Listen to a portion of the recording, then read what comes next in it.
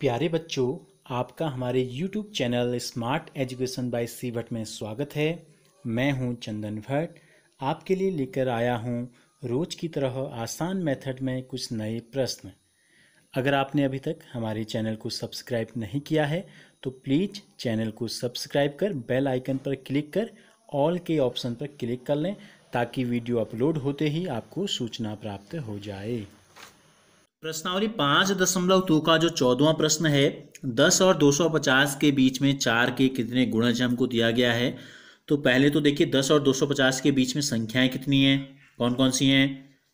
10 और 250 के बीच की संख्याओं को देखते हैं, फिर हम पता करेंगे या देखेंगे कि इनमें 4 के कौन कौन से गुणज हैं।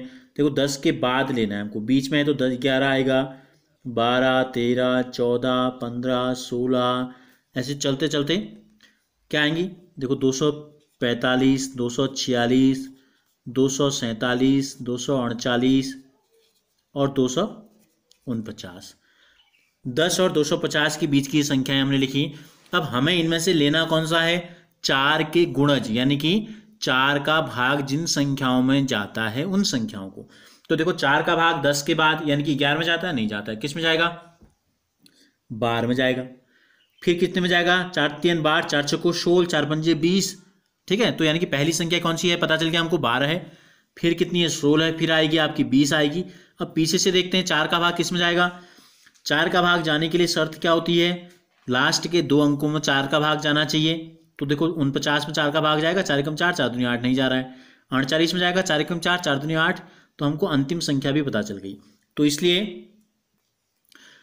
4 के गुणज 10 और 250 के बीच में 4 के गुणज हमको पता चल गए। क्या क्या है, कहाँ से शुरू हो रहे हैं, शुरुआत हो रही है 12 से, फिर आएगा 16, फिर आएगा 20, 4 4 के अंतर से आएंगे और अंतिम हमको पता चल गया 239। अब हमें बताना यह है कि इनकी संख्या कितनी है कुल। तो ये पहला, ये दूसरा, ये तीसरा, ये किस नंबर में आएगा ये हमको बताना है। 40 में, 50 में, 60 में, 70 में, कुछ भी हो सकता है। तो हम ये मानेंगे इसमें कि माना, देखो ये तो पहला पद हो गया A1, ये A2 है, ये तीसरे नंबर में A3 है, माना ये nवां पद है। तो n का मान हमें बताना है, तो इसको हमने nवां पद मान लिया। तो an का फॉर्मूला लगा देते हैं, an बराबर a plus n minus 1 into D होता है। और इसकी वैल्यू कितनी है, nवें पद का मान हमने ले लिया 249 हमने ले लिया। तो a का मान पता है हमें कितना है, 12 है। n का मान बताना है तो n को n ही रहने देंगे। d का मान कितना है, d का मान अगर हम निकालना चाहें तो क्या करते हैं, दूसरे पद में से पहले पद को घटाते हैं, सब में कितना आएगा, 4 आएगा। तो यहाँ 4 रख देते हैं, बराबर 249 हो गया। n ऋण 1 गुणा 4 ऐसी रहने देंगे, 249 बार धन में है, इसके आगे प्लस का साइन है, यहाँ आएगा तो माइनस हो जाएगा। 8 में से 2 गया 6, 4 में से 1 गया 3, 2 का तो 236 आ गया। तो n ऋण 1 का मान कितना हो जाएगा, ये गुणा में है 4, 4 को अगर हम भाग में ले गए बट्टे 4 तो ये हो गया 4 पंजे 20, 4 नम 36। n बराबर -1 को यहाँ ले जाएंगे तो हो जाएगा प्लस, तो ये कितना आ गया, n का मान आ गया 60। तो क्या लिखेंगे, हमसे जो पूछा था, अतः 10 और 250 के बीच में 4 के 60 गुणज हैं। 15वां जो प्रश्न है, n के किस मान के लिए दोनों समांतर श्रेणियों के nवें पद बराबर होंगे। तो हमें क्या दिया है, देखो हमें 2 समांतर श्रेणी दी गई है। AP1 जो हमको दी गई है क्या है, 63 65 67, ये पहली AP है। और दूसरी AP जो हमको दी गई है वो है 3 10 17 डॉट डॉट डॉट। इसका जो पहला पद है कितना है, 63। इसका जो सार्वंतर है, कॉमन डिफरेंस D कितना है, 65 माइनस 63। सेकेंड, पहले में से क्या करते हैं, दूसरे में से पहले को घटा देते हैं, 2 आ गया। इसका प्रथम पद कितना है, ये 3 है।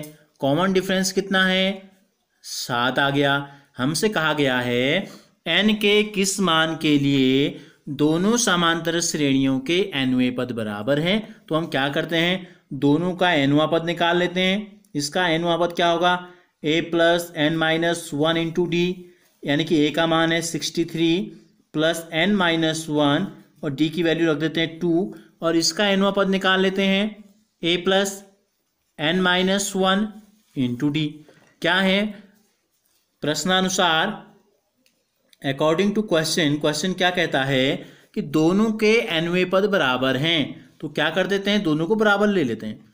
कितना हो जाएगा, ये हो जाएगा 63 धन n ऋण 1 गुणा 2 बराबर 3 धन n ऋण 1 बाहर से 7।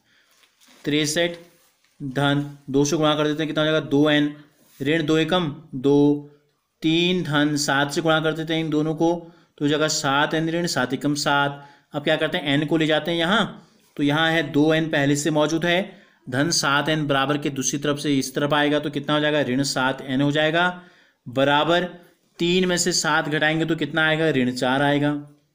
यहाँ 63 में से 2 घटाएंगे तो आएगा 61 को यहाँ ले जाएंगे तो ऋण 61 हो जाएगा। 2 में से 7 घटाएंगे तो ऋण में आएगा ऋण 5n बराबर ऋण 65। दोनों तरफ ऋण है, ऋण से ऋण को कैंसिल कर देते हैं तो हमको प्राप्त हो जाएगा 5n बराबर 65। तो n बराबर 65, 5 गुणा में था यहाँ भाग में आ जाएगा, 5 एकम 5, 5 3 15। तो n का मान कितना आ गया 13 आ गया। तो nवें पद बराबर होंगे, n के किस मान के लिए nवें पद बराबर होंगे, तो आप लिख लेंगे दोनों समांतर श्रेणियों के 13वें पद समान होंगे।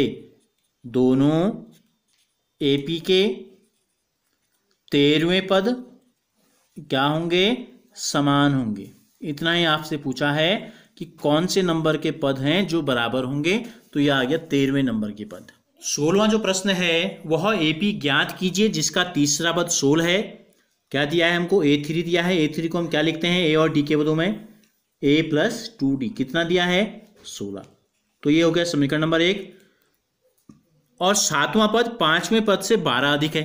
क्या दिया है, दूसरी चीज हमको जो दी गई है वो है 7वां पद A7, 5वें पद A5 से 12 ज्यादा है, तो क्या कर देंगे, बार जोड़ देंगे।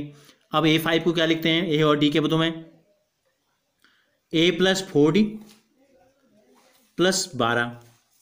ठीक है, तो यहां भी लिखते हैं A7 को क्या लिखेंगे, A प्लस 6D बराबर हो गया A प्लस 4D प्लस 12 हो गया। ठीक है, तो दोनों पक्षों में A है तो A को यहाँ ले जाएंगे तो ऋण हो जाएगा, नहीं तो आप ऐसे भी कर सकते हो, दोनों पक्षों में एक जैसी संख्या है तो A से ही काट देंगे। ये हो गया 6D, 4D यहाँ जाएगा तो माइनस हो जाएगा, बराबर कितना आ गया 12। 6 में से 4 घटाएंगे तो कितना आ जाएगा 2D बराबर 12। तो D बराबर कितना आ गया 12/2, 2 छक्का 12। तो हमें क्या पता चल गया, हमें कॉमन डिफरेंस यानी कि सार्व अंतर हमको पता चल गया इस AP का कितना है, D का मान आ गया 6 के बराबर। ठीक हो गया। अब तीसरा पद, अब D का मान किसी भी एक समीकरण में रख देते हैं, D का मान किसी एक समीकरण में रख देते हैं।